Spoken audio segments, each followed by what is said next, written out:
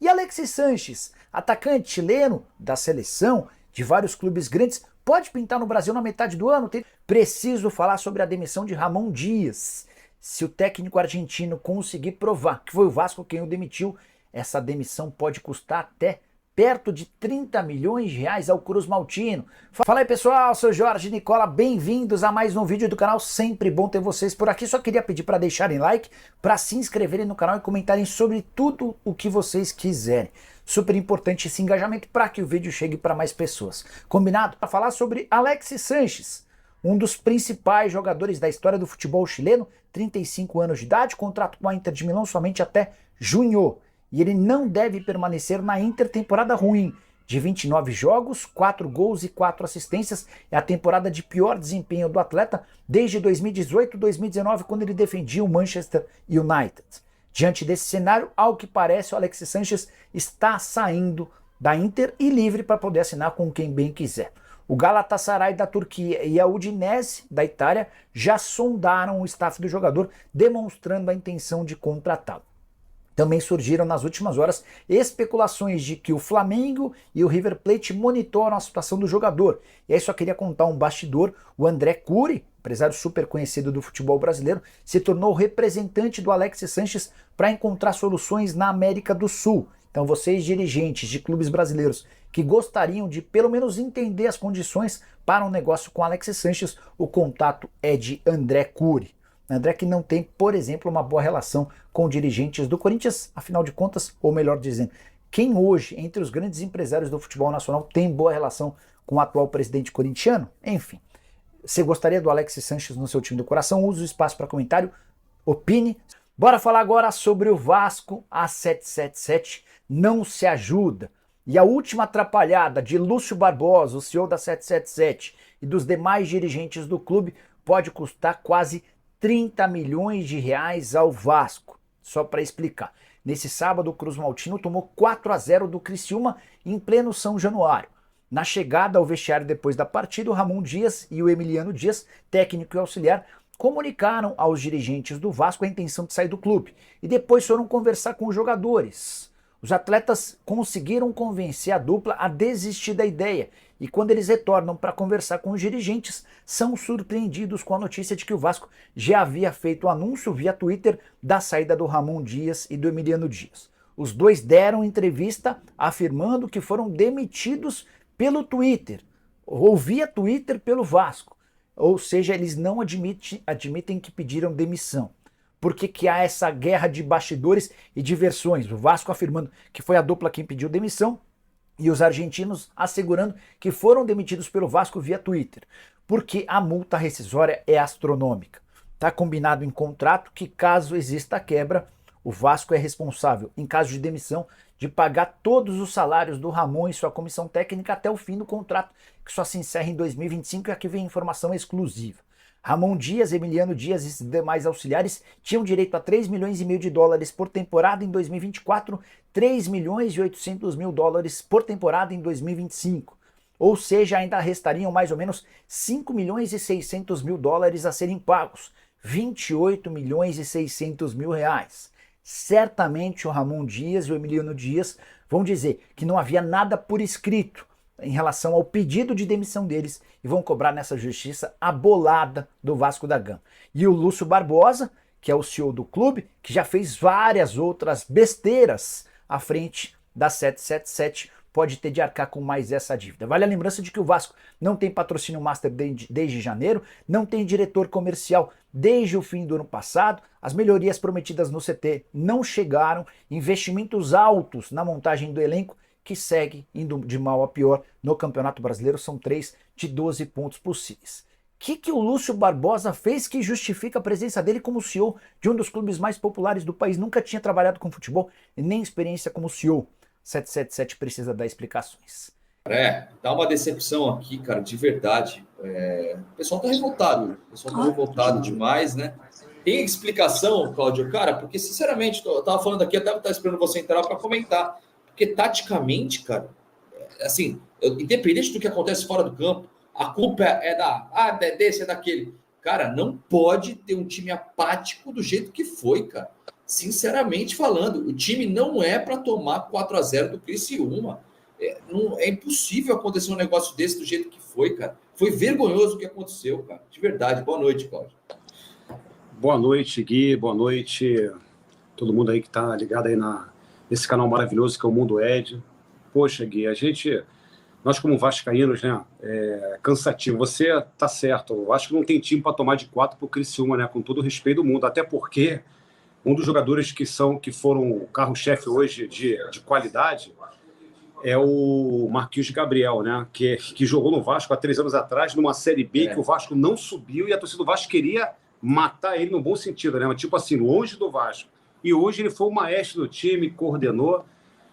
É difícil, Gui, assim, a gente tem que ter muito cuidado, porque nós temos uma rede social forte, quando a gente fala uma coisa e vira uma coisa um pouco mais forte. Eu vejo que o Edmundo passa, vocês passam aí no canal de vocês, é uma luta, né?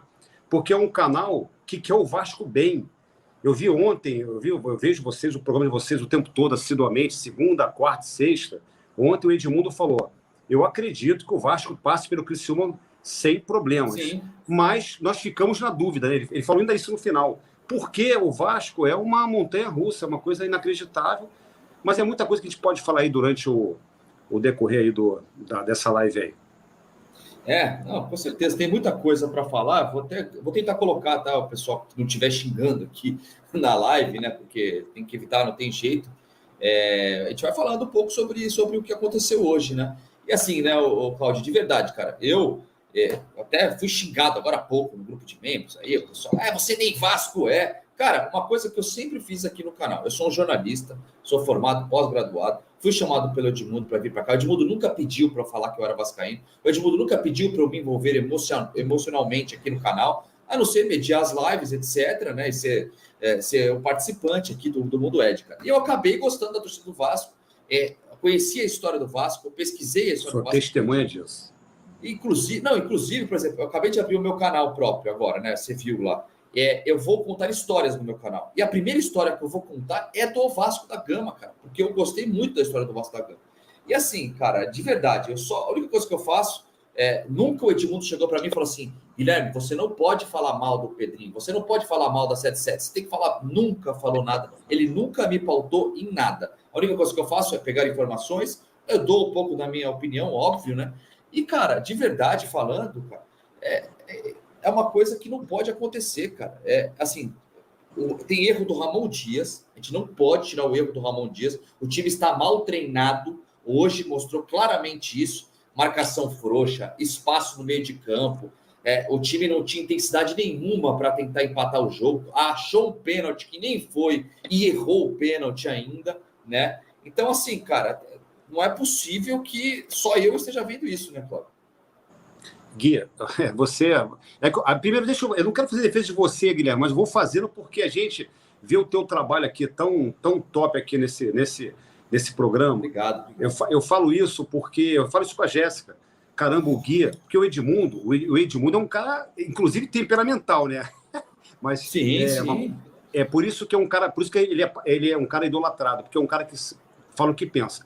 Você trabalha nesse programa aí desde o início aí. Vocês estão com quanto tempo? Acho que um pouquinho mais de um ano, Gui? Um pouquinho mais de um ano, né? Vai fazer 2 anos. Vai fazer dois anos no meio do ano agora. Você tem aquela situação de mediar o programa, você leva... Então, você nem entende. Você é formado, você trabalhou, você vive isso aí, vivencia isso. O que eu quero dizer é o seguinte, o Vasco, ele está num momento que o torcedor, a gente precisa tirar uma coisa, o ranço do torcedor, e eu estou passando por isso também na minha rede social, tá, Gui? Você vai falar uma coisa crítica construtiva, porra, você está querendo botar conta, vocês estão com saudade dos salários atrasados, Gente, pelo amor de Deus, é o mínimo, né? Os caras pegaram um clube de um gigante desse, com 20 milhões de apaixonados, uns falam 18, 17, 15, mas são 20 milhões numa última pesquisa aí idônea, de perto de 20 milhões de vascaínos. Você faz um trabalho, você pega um clube desse, com 70% das ações, que o cara vai fazer dinheiro.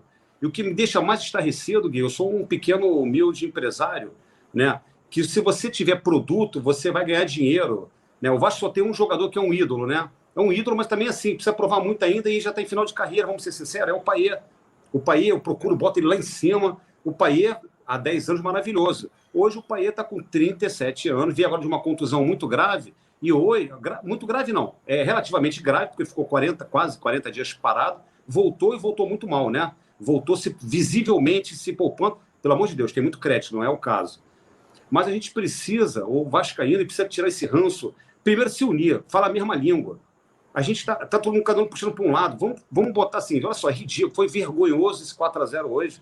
4 poderia ter sido 5-6, né? Poderia ter sido 5-6. E aí nós estamos nos enganando. Esses americanos, aí a gente vai falar, é muito complicado. Agora acabou a janela, agora só em julho, né, o Gui? Se eu não estou enganado, é julho. Julho. Próxima janela. Aquele mesmo desespero do ano passado, aí você vai contratar. Você perdeu o Paulinho, você perdeu o Jair no começo da temporada. Você não trouxe ninguém. Pô, será que não é difícil você trazer algum jogador para você começar a encorpar? O elenco do Vasco, ele tem uns jogadores até interessantes mesmo, mas é muito pouco. Você vê que toda a imprensa do futebol fala que o Vasco é um dos candidatos ao rebaixamento. E eu fico ofendido, eu não aceito isso. Mas olha só, os caras trabalham, vivenciam esse negócio. Então, eles não estão errando. Tá aí o Vasco, se bobear, hoje fica na zona de rebaixamento até amanhã, né, Gui? Se bobear, né? Dependendo dos resultados, né, cara? Assim, de verdade, tem algumas coisas que a gente tem que separar. É muito difícil, tá? Eu entendo totalmente o torcedor do Vasco. Eu nunca cheguei aqui e falei, sou vascaíno desde criança. Não falei. Eu conheci a história e me apaixonei pelo Vasco. E, assim, você separando as coisas, política, SAF, etc. O Vasco não tem time, na minha humilde opinião, pode me xingar quem quiser aí, para ficar entre os 4 últimos do Brasileiro.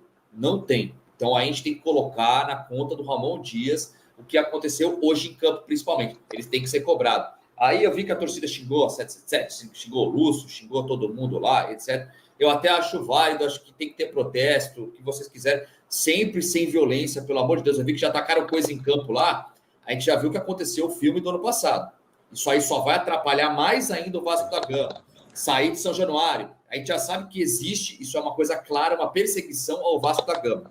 Isso existe. Isso aí não dá para tapar os olhos, não, cara. Existe sim uma perseguição de instituições aí. O Vasco é um dos mais prejudicados por juízes, etc. O que aconteceu no ano passado de terem fechado São Januário foi absurdo, por mais que tivesse que ter uma punição ou outra, cara, tá? Até colocar, o Eric Johnson tá aqui, ó. Cadê o Eric? O Eric também concorda comigo um beijo para você. Beijo, Eric Johnson. Você tá revoltado no Instagram também. A comissão técnica já fez o que tinha que fazer. É necessário uma mudança. Quem manda no Vasco é o torcedor, ainda dá tempo. Você acha que vale uma mudança, Cláudio, de repente, de comissão técnica, cara? Porque eu acho um risco também, tá? Uma mudança desse tipo hoje. O Gui, deixa eu falar uma coisa. Primeiro, beijo, Eric. Pô, eu sou muito fã do Eric Johnson, muito fã. Um dia quero ter o prazer de vê-lo. Eu já vi umas 5 ou 6 peças dele, tá? Eu dou muita risada com ele, ele é sensacional. Beijo, irmão. Gui, o que acontece é o seguinte, eu sou muito claro, eu falo isso muito aqui até para o pessoal, os vascaínos na minha rede social e também os amigos da academia. O torcedor é o único que pode mudar essa situação toda do Vasco, né? A gente se contenta com a gente está aceitando migalhas. Olha só, Gui, a SAF já está indo para o 3º ano no Vasco já, 3º ano. Quando o Vasco quase não subiu, né? Que foi aquela Batalha de Itu, meu Deus do céu, Batalha de Itu, né? Aquele jogo com o Ituano, já era no poder deles. O americano, esse John Washer, né? Joe Wander, né? Eu não sei nem falar o nome desse americano. Josh Wander. Ele falou que se o Vasco não subisse, não era terra arrasada. Você não pode ouvir isso você não pode ouvir isso do cara que olha, porque você olha para ele que é a tua referência, né? Mas é americano, Gui, pelo amor de Deus, o cara tem eterno gravata e bonezinho, esse cara não pode entender de futebol, desculpe.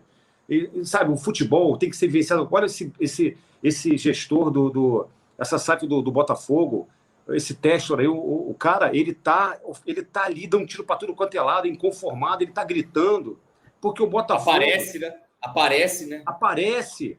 Ele vai comer espetinho misto no Engenhão com um latão duplo malte. Exatamente, cara. Sabe? Essa coisa, o torcedor do seu clube. Não é o caso do Vasco. Aí você botou um cara ali de CEO, que é esse Lúcio Barbosa, que eu até é vascaíno, várias vezes eu falei, pô, seja bem-vindo, é vascaíno, isso aí, a gente precisa disso, porque o outro CEO era flamenguista, aquela coisa toda, mas o cara, sabe o que eu percebi, Gui? Assim, fica uma reflexão. Todo mundo que chegar agora no clube, eles vão ser, o trabalho assim, vai ser aquela política do silêncio, fica quietinho, porque quem manda é aquele, os caras eles não têm livre-arbítrio. Estão metendo o cacete no Alexandre Matos. Será que o Vasco gastou mesmo 100 e poucos milhões nessa janela? Eu não sei, Gui, eu não estava lá para saber. Só o Pedrinho que pode nos dizer isso, né? E o Edmundo, que é um cara muito ligado a ele, né? Pode ser que um dia nos fale isso, porque também isso não pode se falar tanta coisa, que tudo é uma coisa meio caixa preta. Mas eu sei que o Edmundo, ele não está satisfeito, né? A gente percebe aí, e o Edmundo... Claro. Acho que nem o vascaíno hoje, né? Vamos falar a verdade, cara. O cara que tiver hoje, tanto pode estar na SAF ou no associativo, trabalhando. E ninguém está satisfeito com um negócio desse, né, cara? Então isso aí, minha rapaziada vascaína. Mais um vídeo aí do Vasco, né? E para falar, né? Só das coisas ruins que a 777, né? Junto aí com os seus aliados, né? Pessoas que trabalham na empresa para o Vasco, só fazendo cagada atrás de cagada, né? Aí tá, se for confirmado que o Vasco demitiu o Ramon Dias, o Vasco terá que pagar aí praticamente 30 milhões, né? Então olha como que eles só fazem burrada atrás de burrada, né? Não tem um acerto para dizer que está valendo a pena ter essa SAF no Vasco. Cara, tá um absurdo, né? Que só problemas atrás de problema. O Vasco continua com problemas de dificuldade para montar um time. Como é que pode você gastar aí 100 e poucos milhões e o time não ser competitivo, né? Não ter uma força para você ficar lá em cima na competição, brigar, mostrar pro torcedor que vai brigar para título. Então é complicado. Deixa aí sua opinião no vídeo. Deixa seu like, se inscreve no canal se ainda não é inscrito e ative as notificações.